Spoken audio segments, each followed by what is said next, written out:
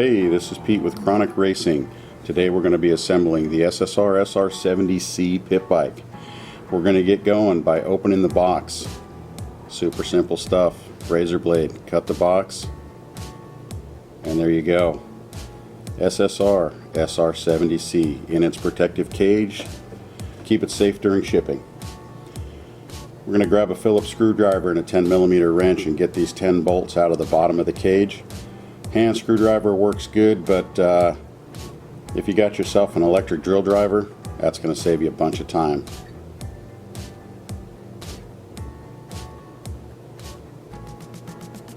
Next, we're going to pull the box out of the cage. This box here is going to contain all of your important paperwork, your hardware for the handlebars. It's going to have a lock nut for your rear shock to attach the lower shock bolt.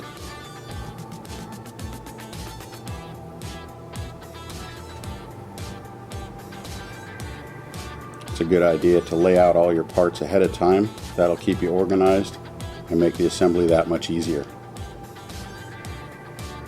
In this bag is going to be your fuel cap, your zip tie for the kill switch wire, MSO for registration, your owner's manual, and a small bag containing the fuel vent cap and that bolt for the rear shock. Alright, let's slide over and grab some wire cutters. And we're going to cut all the tie wires connecting the bike to the cage. Start up here at the handlebar, get these top tie wires out of the way. Drop down, cut the zip ties, we'll get the front wheel out and set that aside. Next, we'll release the foot peg wire, zip tie on the shifter, and we'll cut this side support wire and pull that out of the way.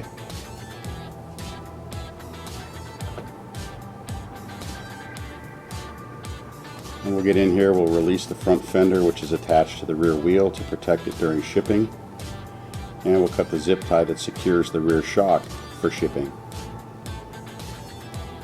We'll cut these lower tie wires from the rear axle. Pull those out of the way.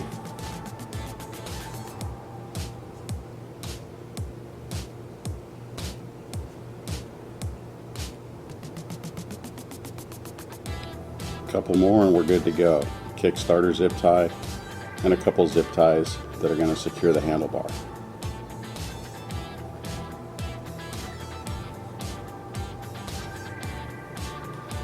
Alright, now we can get rid of the top half of the cage. Set that aside.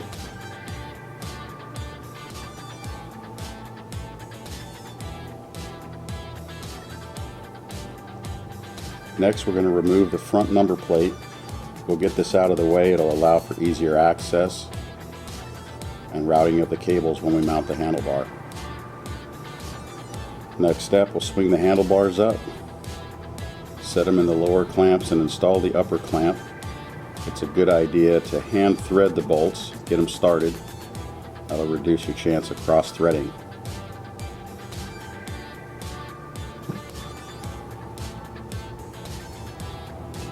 A 12mm wrench will get those bolts tight.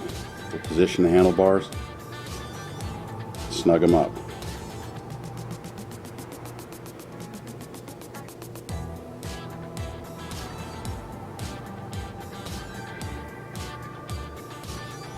Once the bars are tight, we're going to slide around to the front brake lever and remove the small rubber wedge. That wedge holds pressure during shipping to hold a spacer between the brake pads, and we'll get to that later. Grabbing a 17 and a 13, we're going to remove the shipping nut from the rear shock lower mount. This is where the lock nut that came in the hardware bag comes into play. So this nut, pitch it. We're going to lift up the back of the bike, allowing us access to the shipping support strut. We're going to pull that out, discard it. Let the shock drop down into the swing arm. We'll reinsert the bolt, and using the new lock nut that came in the hardware pack, will secure the bottom of the rear shock to the swing arm. And that's going to take a 13 and a 14 millimeter wrench to do that.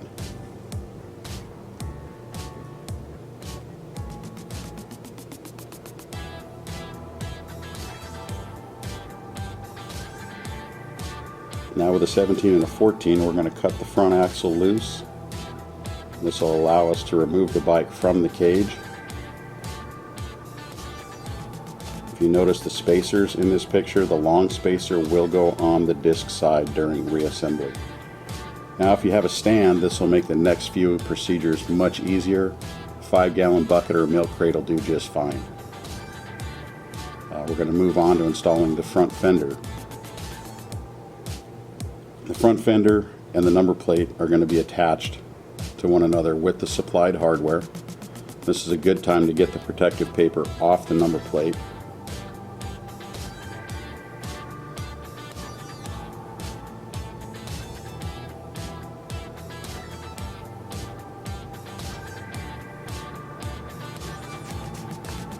We'll place the number plate face down on the front fender. Put the bolt through the front hole, reattach it. This operation will take an 8 millimeter and a 10 millimeter wrench.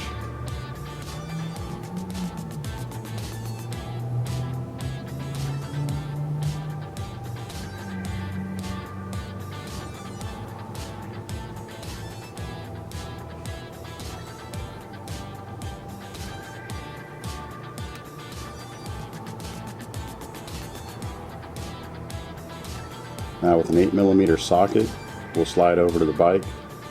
We're going to pull the 2 bolts from the lower triple tree.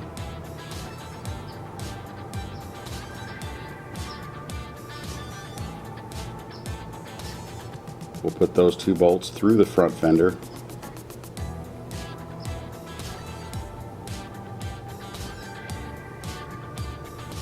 And reinsert them to attach the fender to the lower triple tree.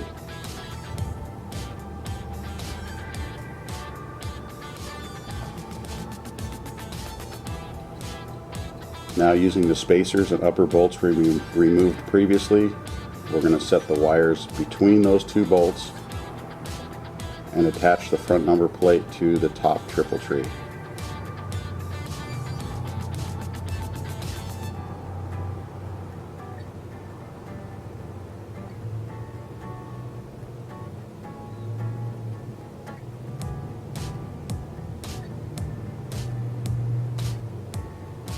Now it's time to install the front wheel. We do recommend using bearing grease on the front axle. And now here's the shim between the 2 brake pads. We're going to pull that out and discard that. That holds your brake pads open to make it easier to slide the disc in when we put the wheel in there.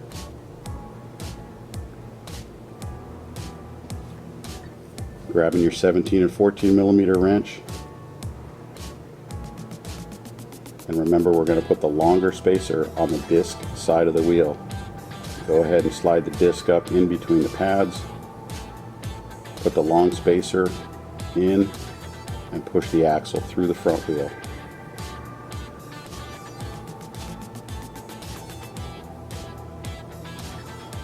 Now we'll put the shorter spacer on this side. Push the axle through. And again, we recommend starting the nut by hand to avoid cross threading, and snug it up with your 17 and 14 millimeter wrench. We don't recommend using Loctite on this because it does run the risk of stripping the threads if you ever have to pull the wheel to change a tube or tire. It's a lock nut, it will stay, and as always with any dirt bike, it's a good idea to check your nuts and bolts before every ride. We're getting pretty close now, pretty much removing just the protective paper from the graphics, from all the number plates and shrouds. And we'll pull the plastic protective cover from the seat.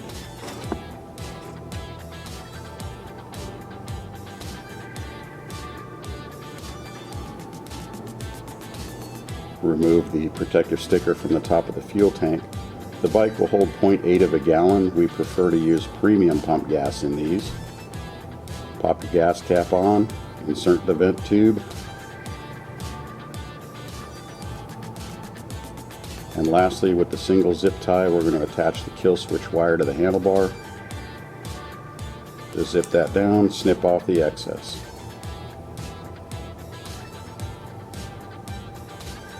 Lastly, before operation, we do like to change the shipping oil out of the motor so that we have the peace of mind knowing that we have good quality oil in there.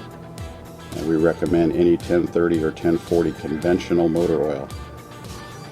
The 70C is going to hold 750 cc's, about 3/4 of a quart. Once you remove the drain bolt, let the oil drain.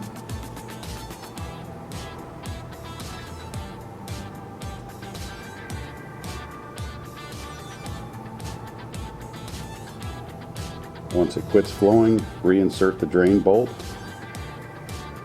And when tightening that, you're going to want to go just snug and maybe a quarter turn. Be careful not to over tighten the drain bolt, as you could strip the case.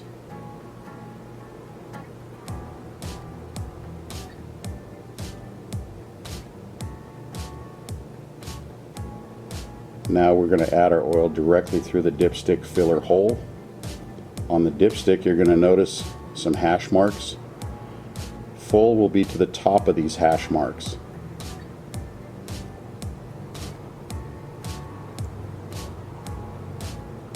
Go ahead and add our oil.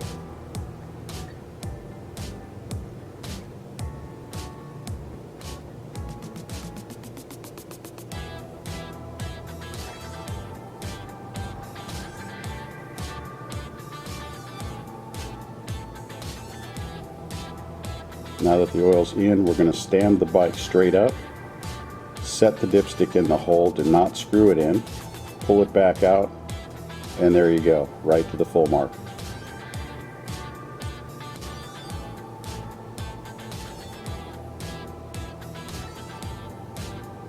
Screw the dipstick in, and you're ready to rip. There you have it, the SSR SR70C. Available from kronikracing.com. Catch you on the next one.